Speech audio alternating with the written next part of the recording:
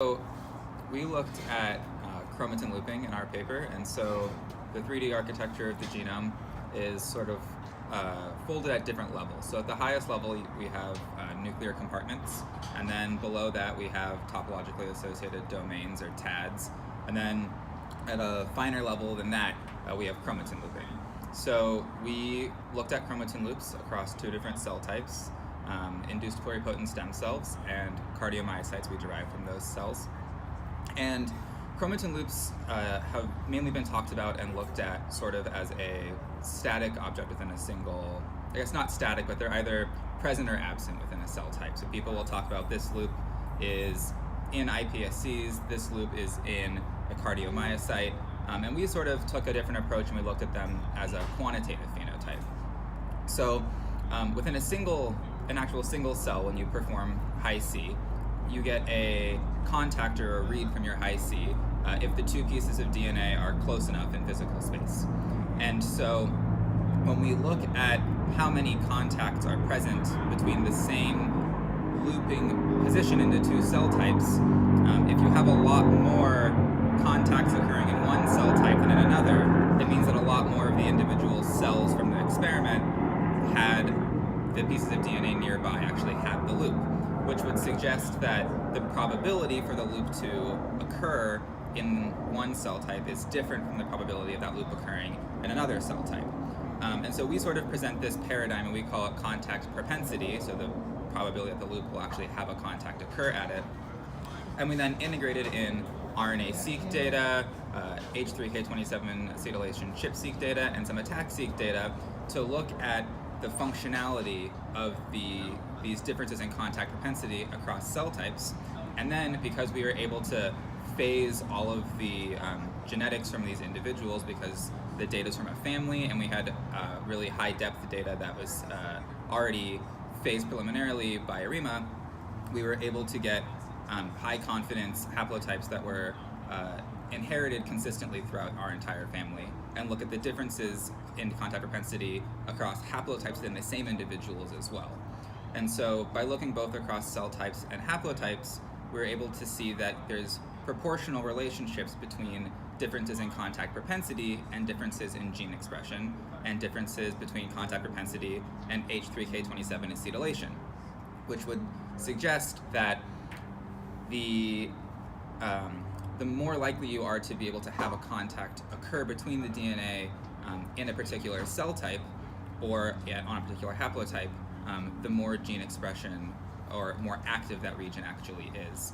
And we then looked at differences between particular genetic variation, and we saw that there is no real appreciable difference with single particular variants, but there were differences across haplotypes. And the differences that we see in gene expression and contact propensity are over vast fold changes. So contact propensity would vary by 1 to 3-fold, and gene expression could vary up to 200-fold.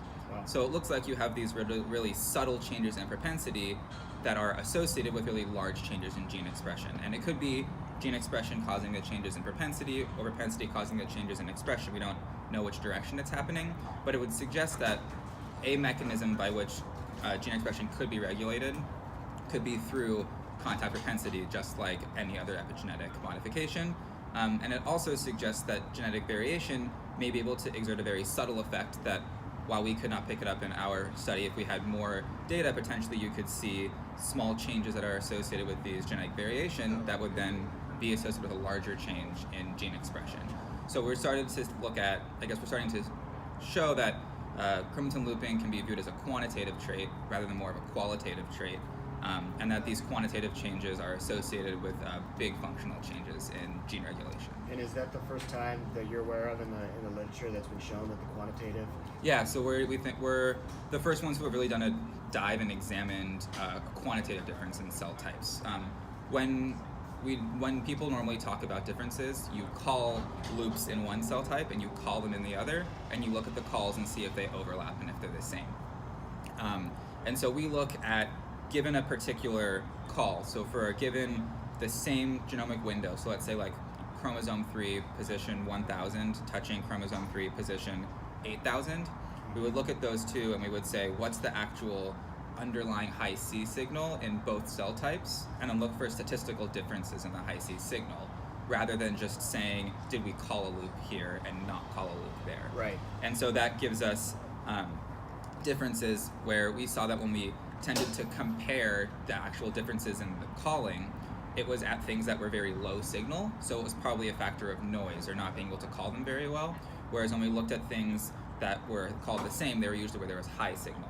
Whereas when we compared quantitative and statistical differences, they sort of spanned the range of high or low signal, and these differences were then associated strongly with functional differences that made sense. So higher contact propensity in a cell type was associated with higher expression, was associated with higher acetylation, more chromatin accessibility in that cell type, and the things that were enriched in the other cell type or statistically different in the other cell type had less expression and less acetylation. And interestingly, the things that were common or not statistically different between the two cell types were also appearing to be important within a particular cell type. So it really gives a picture of comparing multiple cell types or multiple haplotypes together and seeing what is making contact more frequently can give you insight into what may be more biologically relevant for your cell type of interest or for your variant of interest or region of interest. Wow, that's great. And so this is some foundational work. I think it's important. I think it's very interesting. I think it'll be great to split the community in the high C realm also thinks.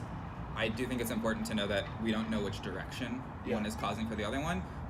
We don't know we don't know if expression is causing changes in propensity or propensity causes changes in expression. But I do think it changes the way that we think about chromatin loops, and that we start to think of these looping positions themselves as having different amounts of time that they actually physically touch. We don't know what's changing those differences. It also could be things are actually physically further or closer together within a cell, and that's what an equilibrium distance, like if they're pretty close together, then they touch more often, and if they're far apart, maybe they touch less often. We think that might be it, but we haven't examined that. We don't really know what's driving these differences. Yeah, that's great. And so then some of the technologies that enabled this work to come to fruition? Yeah, so we definitely, the high C is the main thing that we examine. We had an earlier publication that we created that was a computational tool set, sort of like bed tools that lets you do arithmetic on the position, so quickly see if two loops are overlapping or if two positions intersect different loop call sets, get the merge of them. So we built that out and published that earlier. That was really important. And then as far as other omic technologies that we used, we had whole genome sequencing, which we combined with the phasing from the high C data.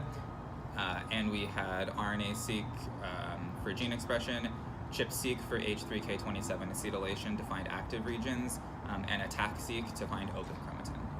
Wow. Well, thank you so much for your time. I'd like to say congratulations. Thanks. And again, the title and the journal? Yeah, so the title of the paper is Subtle Changes in Chromatin Looping is Associated with Gene Expression and H3K27 acetylation, and it's coming out in Nature Communications. Great stuff.